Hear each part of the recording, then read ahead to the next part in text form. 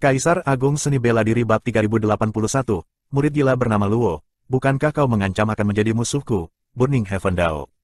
Aku, Jing Fan, ada di sini. Jika kau memiliki kemampuan, datanglah dan lawan aku. Jing Fan muncul di berbagai tempat di Jiu Feng Daosen, mengeluarkan suara-suara seperti itu.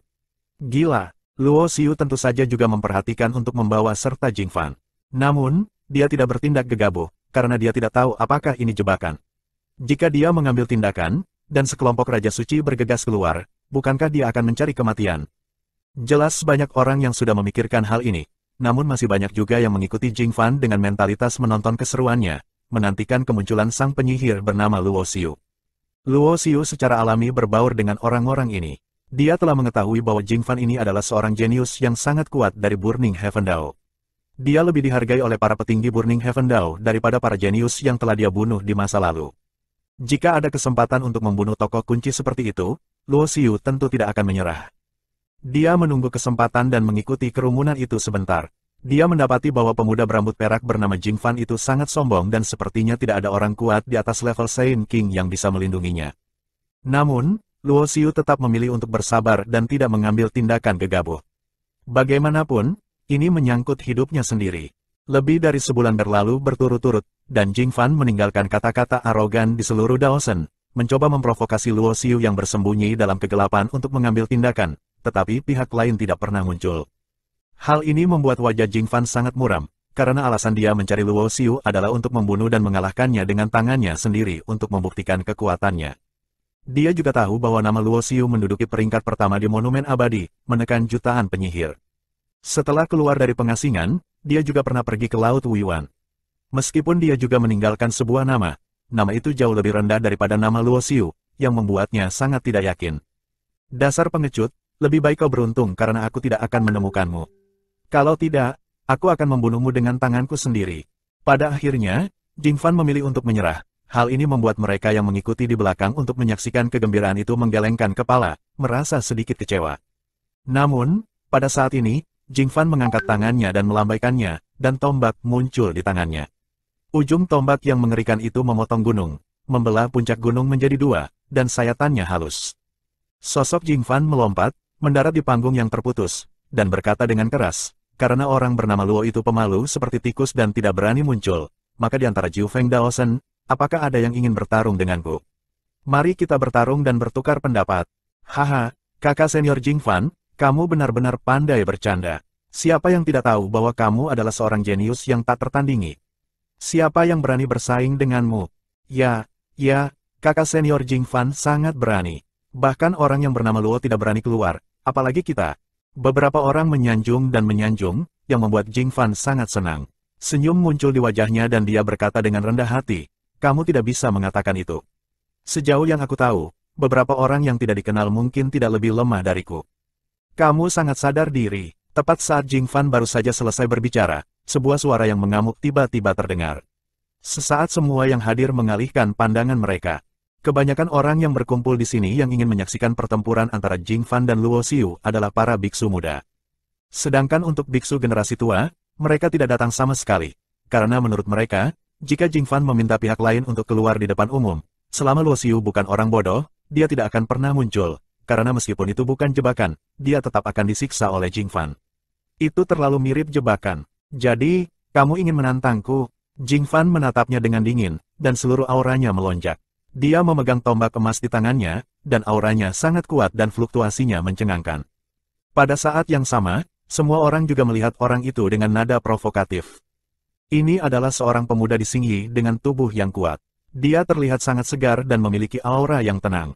Siapa kamu yang berani memprovokasi kakak senior Jing Fan? Ya, tahukah kamu bahwa kakak senior Jing Fan adalah salah satu jenius terkuat di garis keturunan Dao membara langit? Kamu, orang yang tidak dikenal, berani bicara omong kosong. Siapa yang memberimu keberanian? Beberapa orang mengejek dan mencibir, merasa bahwa orang yang berbicara itu hanya tergila-gila karena ingin menjadi terkenal.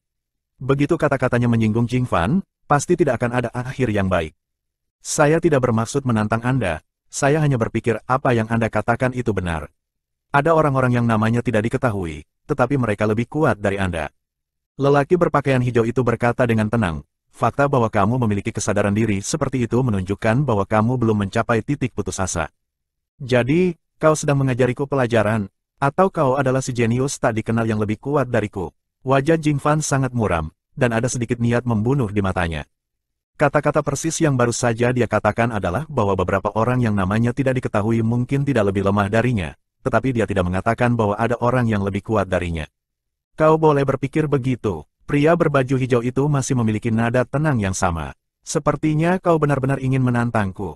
Jing Fan tersenyum alih-alih marah, berdiri di peron puncak gunung yang terputus, mengarahkan tombaknya ke pria berbaju hijau. Karena kau ingin menantang, maka datanglah dan lawan aku. Jika kau bisa menghentikanku selama 10 ronde dan kau tidak mati, aku tidak akan peduli padamu lagi.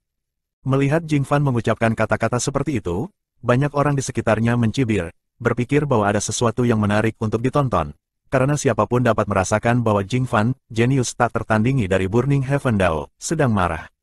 Menantangmu, pria berbaju hijau itu menggelengkan kepalanya. Kenapa, kamu tidak berani? Jing Fan mencibir, jika kamu bahkan tidak punya keberanian untuk melawanku, maka apa yang baru saja kamu katakan merupakan provokasi bagiku. Jangan biarkan aku menantangmu, meskipun aku tidak berniat melawanmu. Jika kau benar-benar ingin bertarung, datanglah dan tantang aku. Kata pria berbaju hijau itu. Pada saat yang sama, dia berbalik dan pergi, seolah-olah dia tidak ingin terlalu terlibat dengan Jing Fan.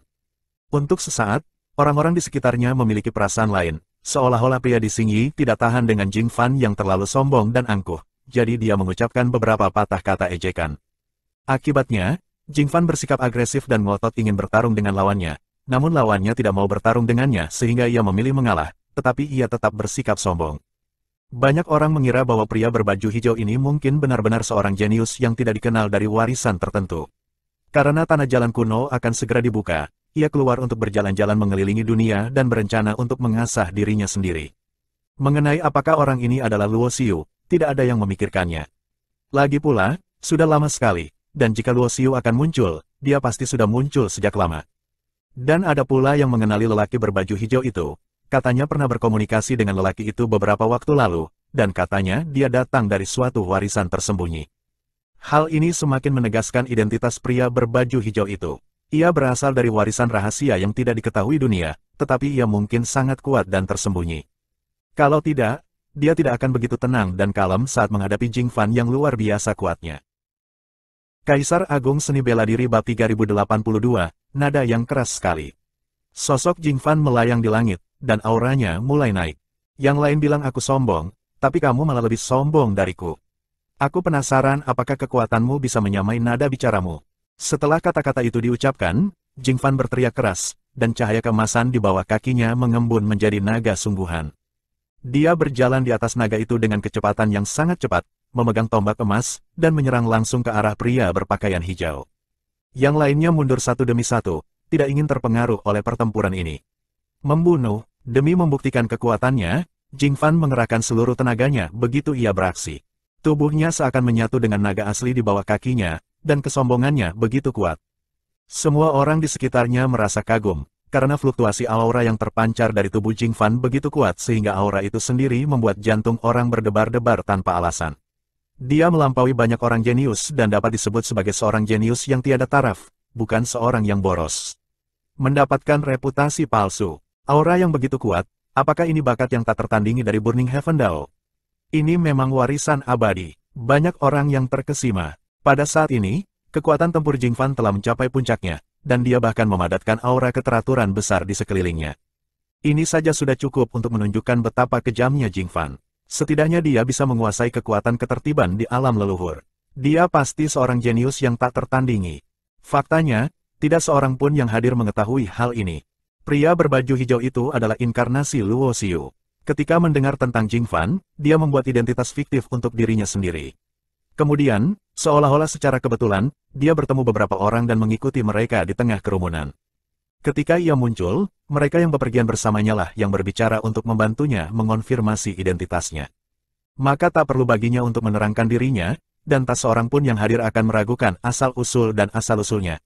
Bagi Luo Xiu, ini merupakan keberhasilan yang tak terduga. Saat Jing Fan beraksi, Luo Xiu bisa merasakan bahwa orang ini sangat kuat dan memang memiliki bakat yang tak tertandingi.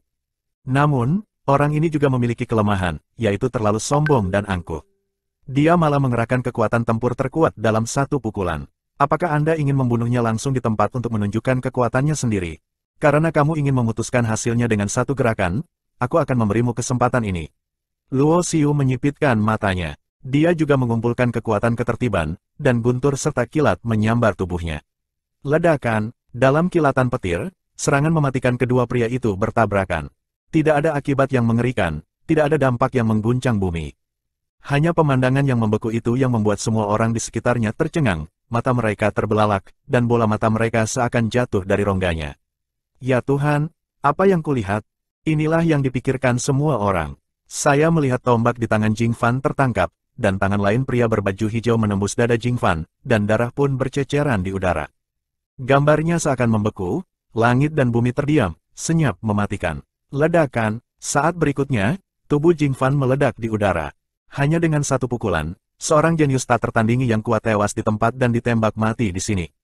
Hal ini mengejutkan semua orang di sekitarnya, karena pria berbaju hijau dengan asal-usul yang tidak diketahui ini begitu kuat. Dia dapat membunuh seorang jenius yang tak tertandingi dengan satu serangan. Apakah ini bertentangan dengan keinginan surga? Atau mungkin tingkat kultivasi orang ini telah melampaui leluhurnya, dan dia benar-benar seorang yang kuat di alam pencerahan.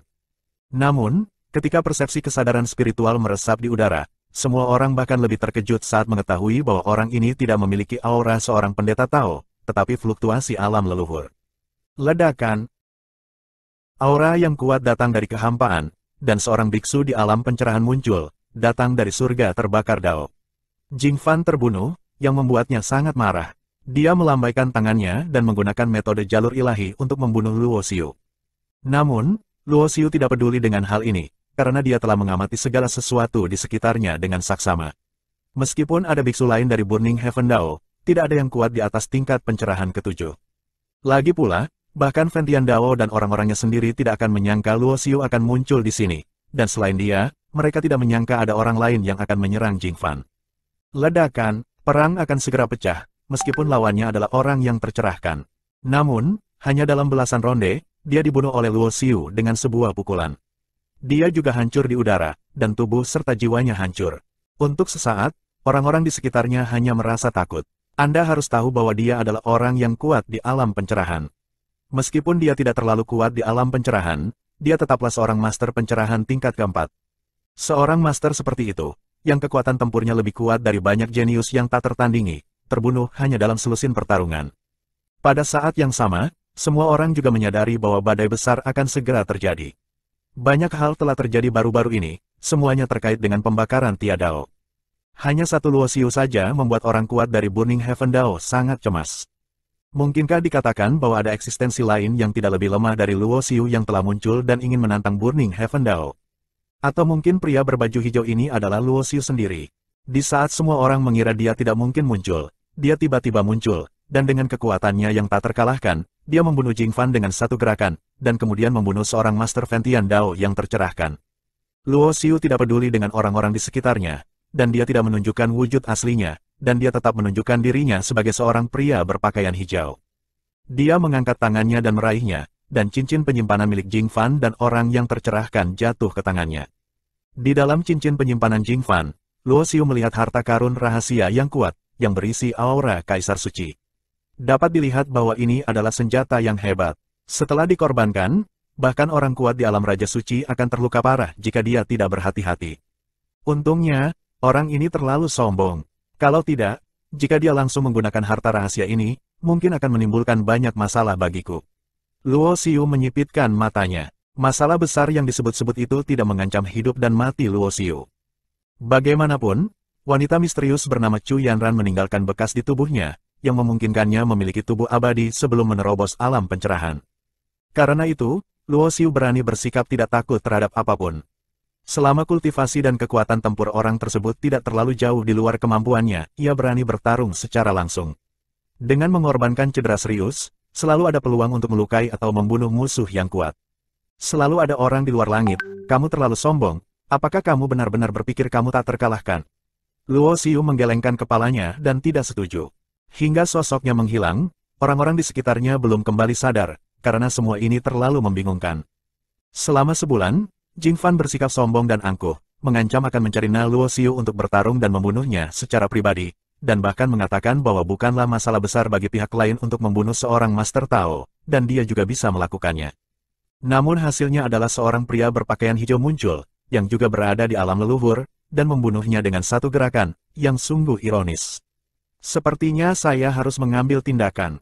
Seorang pria berjubah merah, tampan dan elok, duduk bersila di atas gunung dengan saripati langit dan bumi yang kaya, dan perlahan berdiri. Akhir-akhir ini, saya sedang dalam masa sulit. Woody, jangan impulsif. Seseorang datang ke sini dan membujuknya. Jika aku tidak bertindak lagi, reputasi garis keturunan Dao Surga terbakar akan hancur. Orang itu sangat cerdas dan berhati-hati. Jangan kirim seseorang untuk melindungiku secara diam-diam, kalau tidak dia tidak akan muncul. Pria berjubah merah itu berkata ringan, kemudian sosoknya melintas dan menghilang di tempat. Kaisar Agung Seni Bela Diri Bab 3083 Yan Wudi muncul. Begitu berita itu keluar, seluruh dunia terkejut.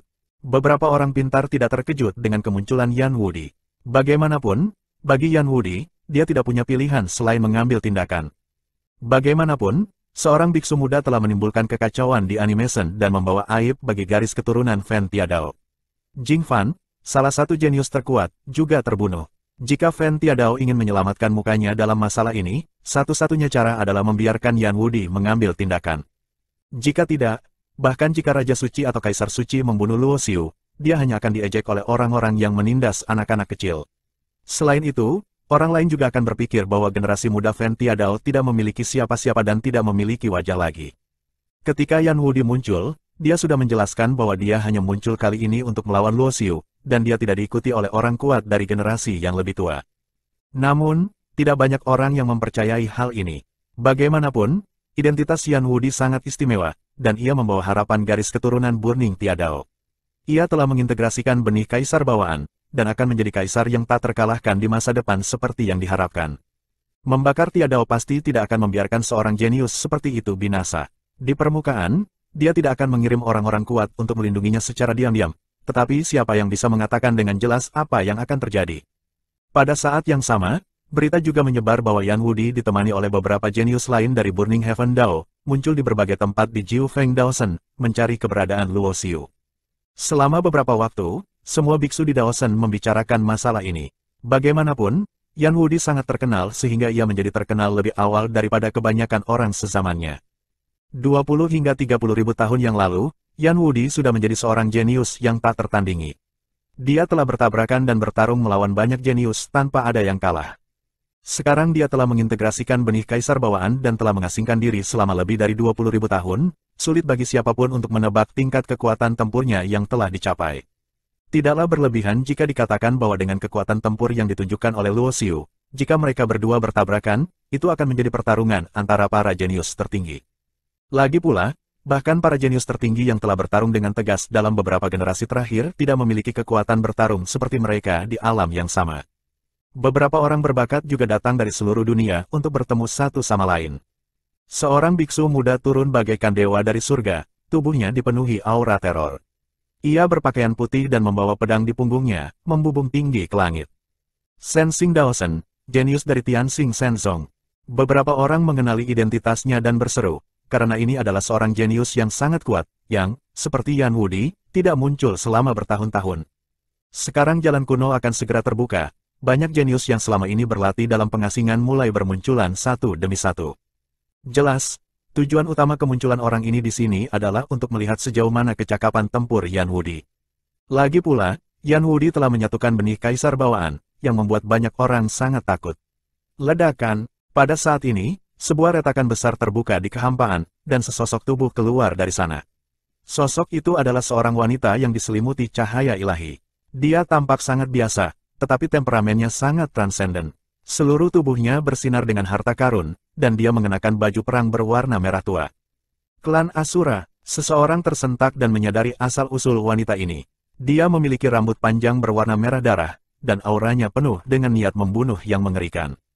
Klan Sura juga terkenal di dunia Tao, dan dikenal sebagai nomor satu yang tidak perlu diragukan lagi di antara 10 klan dewa paling kuat. Jumlah anggota klan ini memang selalu sangat sedikit. Namun setiap anggota klan memiliki kekuatan bertarung yang sangat dahsyat, terutama klan Sura yang mampu mencapai tingkat jenius, mereka jauh lebih kuat dan mengerikan. Rumor yang berkembang adalah selama Anda menjadi anggota klan Sura, Tidak peduli seberapa berbakatnya Anda dapat mencapai pencerahan selama Anda tumbuh dewasa. Dan jika itu adalah seorang jenius di antara klan Sura, itu bahkan lebih luar biasa.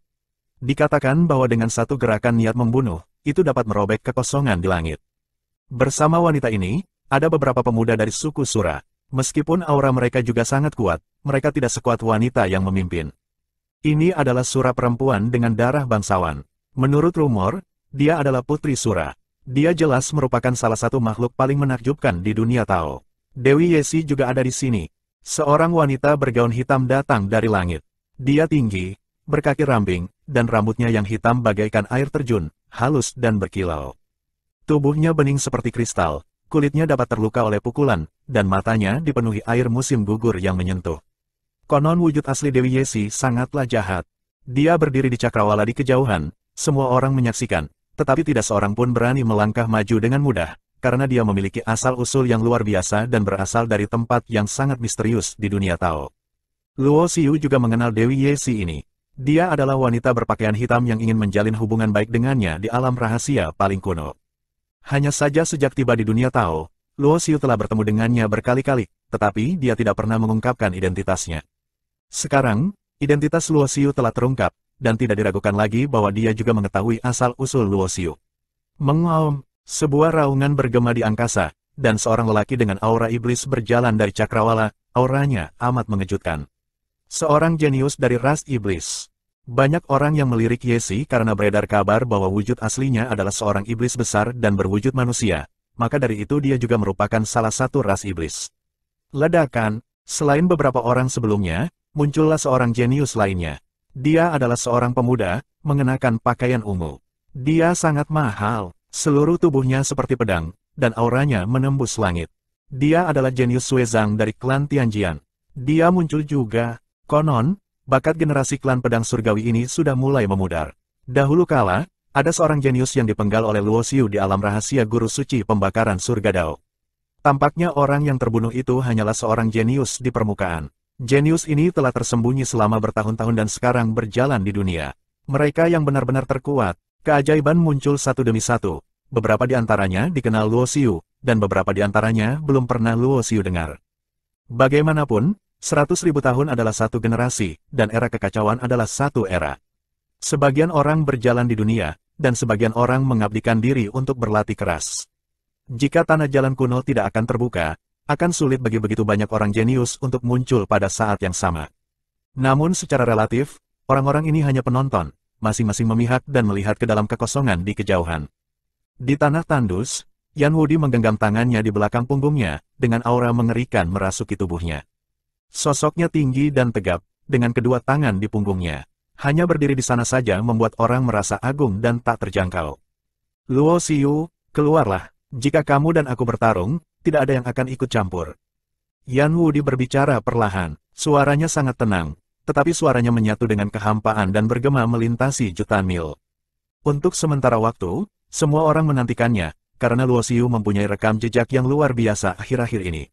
Jadi semua orang yang hadir ingin tahu siapa yang lebih kuat dan lebih lemah dalam pertarungan antara Luo Xiu dan Yan Wudi.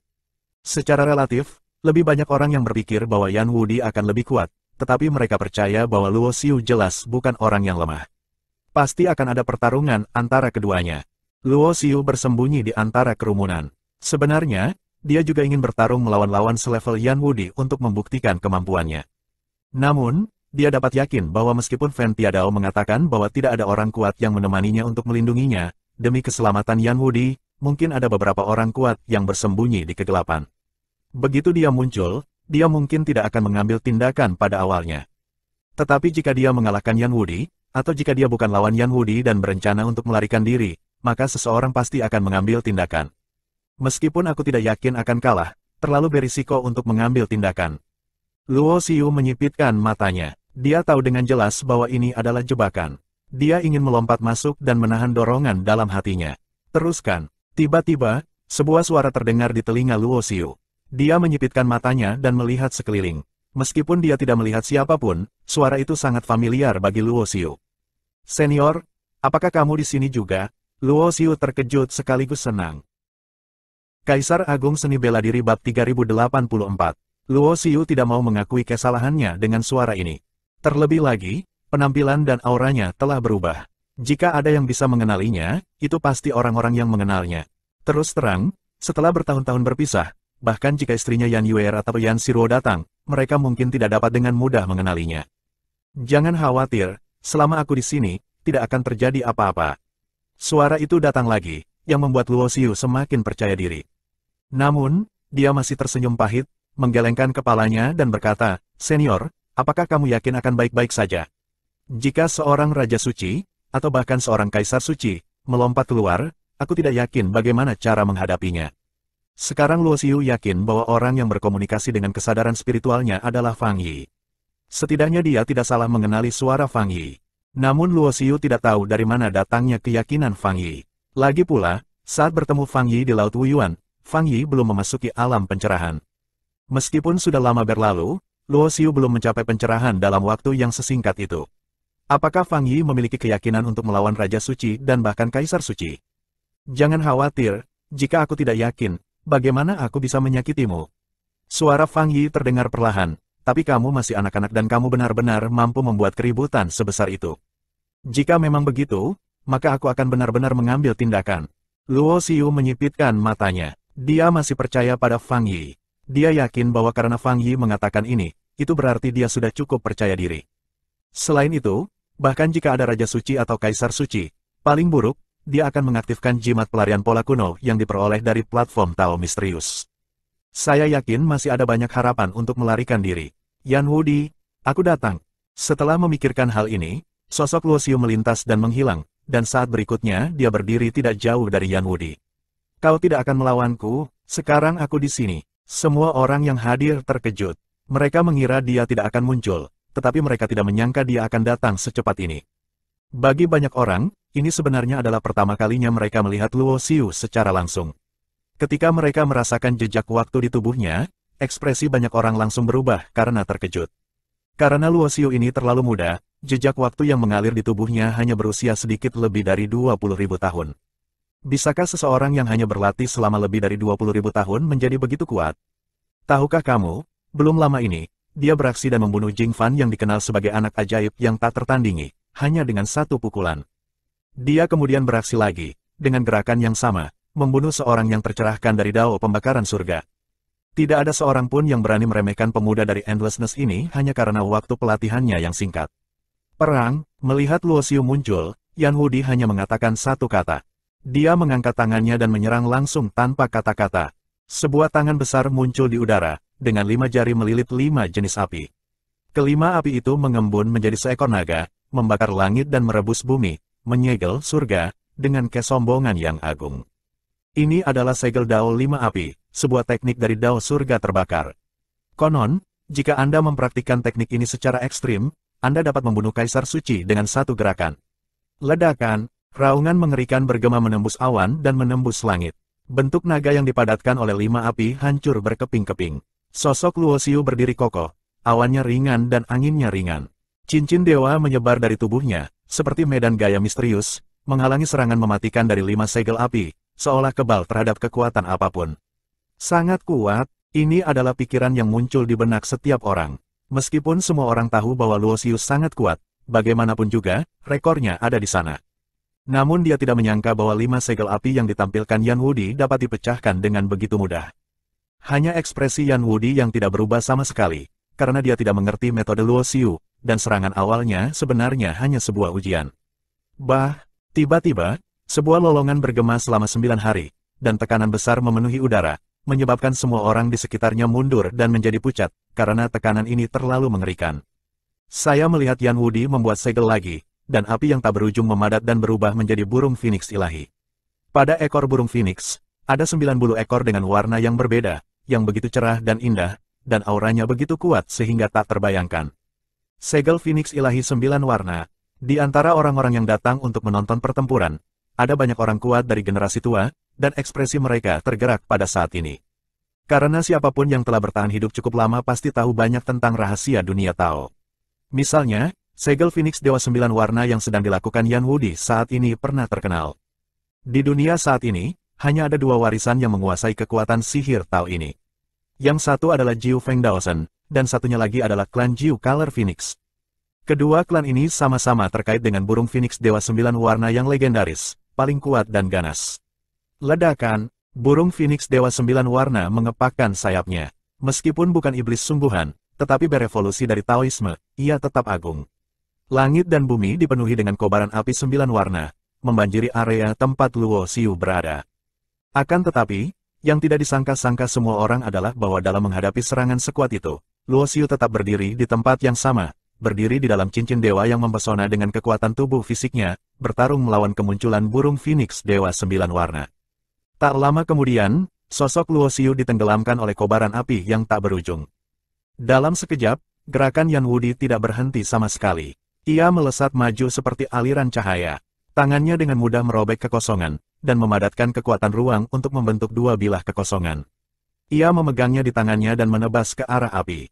Luo Xiu yang terendam di tengah. Banyak orang yang matanya menyipit, karena semua orang melihat bahwa Yan Wudi tidak hanya berada di alam api tingkat tinggi, dia juga telah mengolah jalan ruang ke alam keteraturan. Dengan kata lain, Yan Wudi saat ini setidaknya telah menguasai dua kekuatan keteraturan, dan dia hanya seorang biksu alam leluhur. Perlu Anda ketahui bahwa di antara orang-orang yang memiliki kekuatan di alam pencerahan, sebagian besar dari mereka hanya menguasai satu jenis tarekat. Mereka yang dapat menguasai dua atau lebih tarekat dapat disebut sebagai orang-orang yang memiliki pencerahan tingkat atas. Jika Yan Wudi melangkah ke alam pencerahan di masa depan, Tuhan tahu betapa mengerikannya hal itu. Ledakan, cahaya suci yang terang membanjiri seluruh langit, dan tepat ketika pikiran melintas di benak setiap orang, Yan Wudi dan Luo Xiu sudah bertarung bersama dalam kehampaan. Dalam sekejap, darah muncrat keluar. Itu hanya beberapa tetes darah, tetapi menembus kehampaan dan menembus bumi, mengandung kekuatan ilahi yang mengerikan. Apakah mereka berdua membawa darah yang paling kuat? Orang-orang bahkan lebih ngeri, karena dikatakan bahwa hanya mereka yang memiliki darah paling kuat yang masih dapat mengandung energi yang luar biasa dalam darah mereka. Pada saat yang sama, semua orang mendongak, ingin tahu siapa pemilik cipratan darah itu. Bagaimanapun, pertempuran baru saja dimulai, dan ada yang terluka, maka pihak yang terluka tidak diragukan lagi adalah pihak yang paling mungkin kalah. Ada juga beberapa lelaki kuat dari generasi tua yang menatap butiran darah yang berceceran. Mereka melihat bahwa satu butiran darah tampaknya berisi dunia, visi yang terus berkembang, dan berisi suasana keteraturan yang menakjubkan. Ledakan, terdengar suara keras lain di kehampaan, dan sosok Luo Xiu dan Yan Wudi muncul satu demi satu. Pada saat yang sama, semua orang memperhatikan. Tidak ada luka di tubuh Yan Wudi. Sebaliknya, ada lubang berdarah di bahu Luo Xiu. Darah yang berceceran tadi adalah Kaisar Agung Seni Bela Diri Bab 3085. Seperti yang diharapkan dari pria yang dikenal sebagai sosok tak terkalahkan di generasinya 30.000 tahun yang lalu. Selalu ada rumor bahwa rekor Luo Xiu mengejutkan, tetapi dia masih bukan lawan Yan Wudi. Luo Xiu ini sangat luar biasa. Saat bertabrakan dengan Yan Wudi, bahunya hanya terluka ringan. Setelah melihat hasil akhirnya, semua orang yang hadir merasa takjub. Aku melihat luka di bahu Luo Xiu sembuh dengan kecepatan yang mencengangkan. Belum lagi luka kecil ini, bahkan jika tubuhnya hancur, dengan kemampuan tubuh abadi, itu tidak akan berdampak banyak padanya. Namun, tatapan mata Luo Xiu saat ini terkondensasi. Yan Wudi ini memang merupakan keajaiban tak tertandingi yang sangat diperhatikan oleh garis keturunan Burning Tiadao. Kekuatan tempurnya secara keseluruhan telah sepenuhnya melampaui batas di alam leluhur. Yang dimaksud dengan mendobrak batasan ialah batasan tubuh fisik, batasan kultivasi, dan batasan jiwa. Tubuh fisik menembus batas, dan tubuh fisik dapat ditempa agar sebanding dengan senjata pencerahan, dengan kekuatan yang tak tertandingi. Kultivasi melampaui batas dapat menyatukan kekuatan keteraturan, dan banyak jenius dapat melakukan ini. Begitu jiwa menembus batas, ia berada di level lain. Kesadaran jiwa dapat mencapai level yang sebanding dengan orang yang tercerahkan. Dalam kondisi ini, kekuatan keteraturan yang dapat dikendalikan dapat mengerahkan kekuatan yang lebih besar. Dapat dikatakan bahwa jika Anda mencapai langkah ini, Anda tidak akan berbeda dari orang yang benar-benar tercerahkan. Kuncinya terletak pada pemadatan benih Tao Anda sendiri. Dengan kata lain, Yan Wudi telah menembus batas dalam segala aspek. Setidaknya pada titik ini, pihak lain telah melakukannya lebih baik daripada Luo Xiu, karena Luo Xiu hanya menembus batas dengan tubuh dan kultivasinya, dan jiwanya belum menembus batas. Luo Xiu sangat bangga karena mampu menangkis serangan Yan Wudi tanpa harus mati. Sayang sekali dia tidak muncul. Dia ditakdirkan untuk mati di tangan Yan Wudi. Ada banyak orang yang hadir dengan visi dan pengetahuan yang menakjubkan. Melihat kekuatan tempur yang ditunjukkan oleh Yan Wudi, semua orang dapat merasakan bahwa dia sudah berdiri di puncak para jenius yang tak tertandingi. Bahkan para jenius tertinggi di generasi masa lalu pun jauh kurang berkuasa dibanding dia saat mereka berada di alam leluhur. Di kejauhan di seberang Luo Xiu, sosok Yan Wudi berdiri tinggi di langit dengan kedua tangan di belakang punggungnya. Matanya seperti dua bintang terang, memancarkan cahaya yang menakutkan. Seperti namanya, dia memiliki aura yang benar-benar tak terkalahkan. Kakak senior yang tak terkalahkan.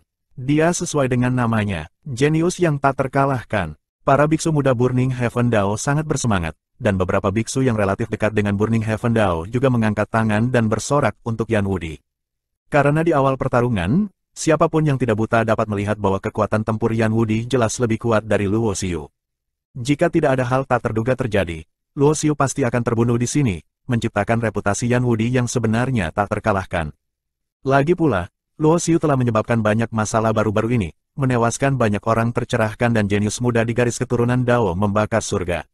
Sekarang Yan Wudi mengambil tindakan dan melukai Luo Xiu dengan satu gerakan, memamerkan gayanya yang tak terkalahkan, yang langsung membuat semua orang di garis keturunan Burning Tia Dao merasa seolah-olah darah mereka mendidih. Wudi tidak mengecewakan kami, tidak diragukan lagi merupakan pilihan yang bijaksana bagi Holy Lord untuk mengizinkannya menggabungkan benih kaisar bawaan. Ya, jika Anda berhasil mencapai pencerahan dengan sikap seperti itu, Anda pasti akan menempuh jalan yang lebih tinggi. Jauh di kedalaman kehampaan, terjadi pertukaran spiritual antara orang-orang kuat dari alam Kaisar Suci. Jelas bahwa mereka berada dalam kegelapan dan akan mengambil tindakan jika Yan Wudi dalam bahaya. Sekarang kekuatan tempur Yan Wudi membuat mereka sangat puas. Tampaknya mereka dapat menangani Luo Xiu ini tanpa bantuan orang-orang tua seperti mereka. Lagi pula, jika mereka datang untuk menyelesaikannya dan jika Yan Wudi datang untuk menyelesaikannya, artinya dan hasilnya akan sangat berbeda. Tampaknya tidak ada ketegangan dalam pertempuran ini. Semua orang membicarakannya. Tidak, tubuh Yan Wudi tampaknya sedikit gemetar. Saya tidak tahu siapa yang tiba-tiba mengatakan ini, dan sesaat semua orang memandang Yan Wudi. Saya melihat tubuh Yan Wudi sedikit bergetar. Meskipun tidak terlihat jelas, tidak ada orang lemah yang hadir. Persepsi rohnya sangat tajam, dan semua orang menyadarinya. Baru pada saat itulah tak seorang pun menyadari bahwa di jantung Yan Wudi terdapat bekas tinju yang tak jelas. Jelas, dalam duel tadi, meskipun Yan Wudi menembus bahu Luo Xiu, dia juga terkena tanda tinju Luo Xiu di jantungnya. Tidak ada pihak yang bisa mengatakan siapa yang lebih baik dari yang lain. Namun, mereka yang memiliki mata tajam dapat melihat bahwa Ren Yan Wudi lah yang menderita. Karena cedera pada bahu Luo Xiu telah pulih, dan dia baik-baik saja. Namun tubuh Yan Wudi sedikit bergoyang, yang menunjukkan bahwa bekas tinju itu menyebabkan luka serius padanya.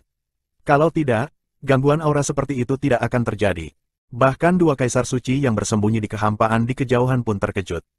Mereka tidak menyadarinya sebelumnya. Pada saat ini, mereka menggunakan kesadaran spiritual mereka untuk merasakannya lagi, dan mereka tiba-tiba menemukan bahwa aura Yan Wudi agak tidak teratur.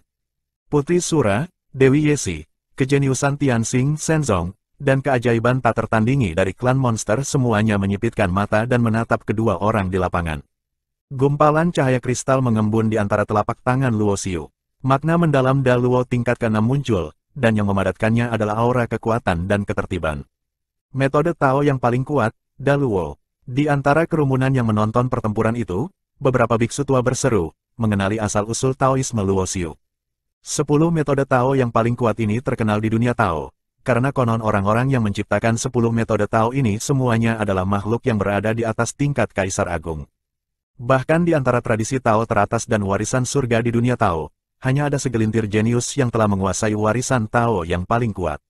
Menurut legenda, metode Tao yang paling kuat sekalipun tidak dapat berhasil dipraktikkan oleh orang biasa, dan selama ada orang yang berhasil mengolahnya, setidaknya itu berarti mereka memiliki bakat luar biasa.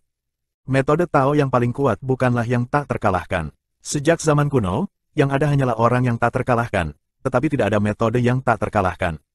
Ekspresi Yan Wudi tidak berubah sama sekali, dan aura yang kacau itu langsung tenang. Sosoknya bersinar, dan api memenuhi udara dan menyelimuti Luo Xiu. Api ini berwarna darah, dan merupakan api pembakar darah yang legendaris. Begitu diselimuti api ini, semua darah dan esensi akan terbakar habis, dan Anda akan mati dengan kejam. Ada yang tatapannya tajam, jelas pernah mendengar jenis api seperti ini, sangat ganas. Sosok Luo Xiu berkedip-kedip, tetapi dia tidak dapat menghindari api yang membakar darah. Api ini seperti belatung tarsal, saling melilit satu persatu, menyebabkan rasa sakit yang membakar menjalar ke seluruh tubuhnya. Jalan kota. Luo Xiu berteriak, seluruh tubuhnya bersinar terang. Dia menggunakan kekuatan untuk menekan jalan. Pada saat yang sama, kekuatan untuk menekan jalan juga mengandung kekuatan cahaya yang menyilaukan. Kedua kekuatan fisik ini telah diintegrasikan olehnya. Namun, api yang membakar darah itu tidak serta-merta padam. Api itu terus-menerus menembus daging dan darahnya, membakar daging dan darahnya terus-menerus, dan seakan membakar seluruh tubuhnya menjadi abu.